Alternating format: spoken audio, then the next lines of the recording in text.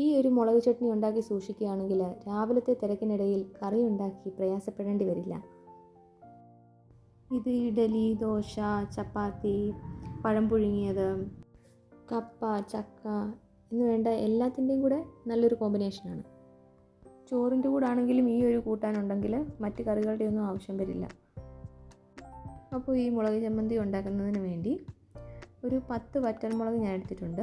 ഇത് നന്നായി കഴുകി വൃത്തിയാക്കിയ ശേഷം ചൂടുവെള്ളം ഒഴിച്ച് ഒരു 10 മിനിറ്റ് ഒന്ന് കുതിരാൻ വെക്കുവാണ്.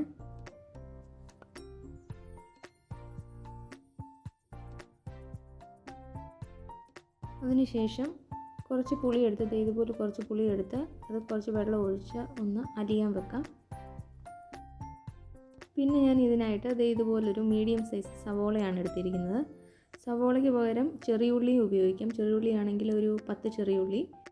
പാൻ ചൂടാകുന്ന സമയത്ത് അതിലേക്ക് 1 ടീസ്പൂൺ വെളിച്ചെണ്ണ ഒഴിച്ച് അതിലേക്ക് സവോള അരിഞ്ഞതിട്ട് ഒന്ന് വഴറ്റി കൊടുക്കാം.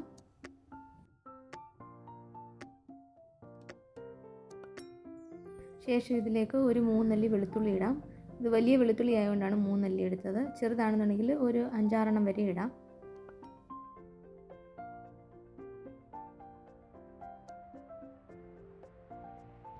ഇതിവിടെ റെഡി ആയിട്ടുണ്ട്.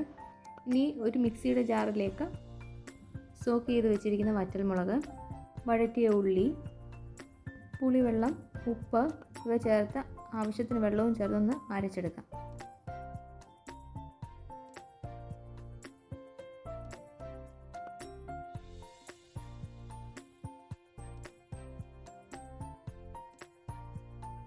ശേഷം ആ സെയിം പാനിലേക്ക് 3 ടേബിൾ സ്പൂൺ എണ്ണ ഒഴിച്ചു കൊടുത്തു. അതിലേക്ക് കറിവേപ്പില ഇട്ടു. ശേഷം ഇതിലേക്ക് ഉള്ളിയും മുളകും കൂടി അരച്ചത് ഇട്ട് കൊടുക്കാം. ഇതിനകത്ത് വെള്ളമൊക്കെ ഒന്ന് വറ്റുന്നത് വരെ ഇളക്കി കൊടുത്ത് കുക്ക് ചെയ്യാം.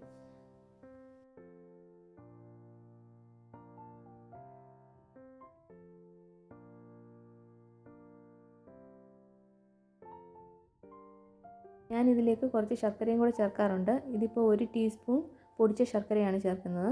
ഇത് തികച്ചും ഓപ്ഷണലാണ്, വേണമെങ്കിൽ മാത്രം ചേർത്താൽ മതി.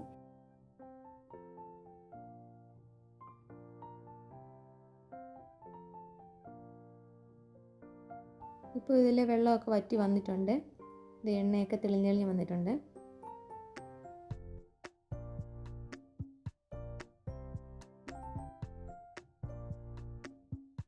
മുളക് ചട്നി റെഡി ആയിട്ടുണ്ട്. ഇത് ചൂടാറി കഴിയുമ്പോൾ ഒരു എയർ ടൈറ്റ് കണ്ടെയ്നറിലിട്ട് സൂക്ഷിക്കാം. വീഡിയോ ഇഷ്ടമായെങ്കിൽ ലൈക്ക് ചെയ്യാനും കമൻറ്റ് ചെയ്യാനും ഫോളോ ചെയ്യാനും മറക്കരുത്.